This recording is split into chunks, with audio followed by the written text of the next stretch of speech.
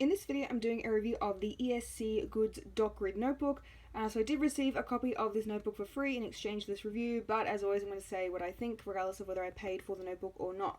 So the reason I wanted to do a review of this one is because it is 160 GSM and the company is located in Australia. So I'm in Australia and a lot of them actually come from the US, and then shipping gets really expensive. It's just really hard to find good quality paper in a doc grid notebook here. So this one is definitely a good option to consider. 160 GSM, also 160 pages. The pages are numbered.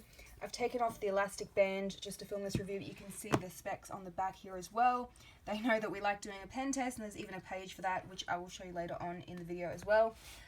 One con, there's only one cover style and color to choose from, which is this grey. It's got like a linen appearance to it.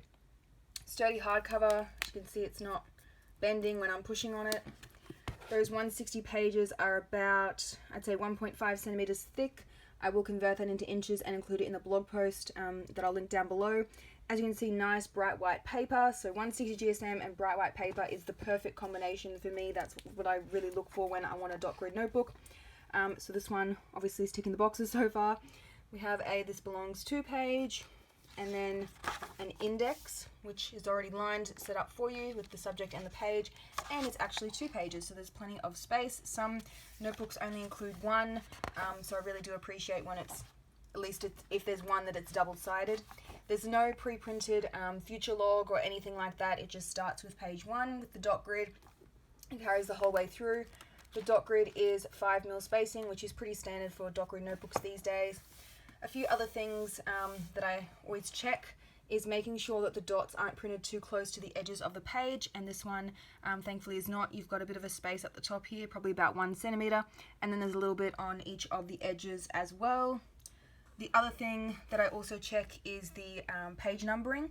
So I much prefer when the numbers sit below the dot grid like this one has, not embedded within it like some of them do, because then when you're drawing a line, like you're ruling over the top of the number, and it's just a bit irritating. So I really like that they've printed it below, so you're not interfering with the grid at all.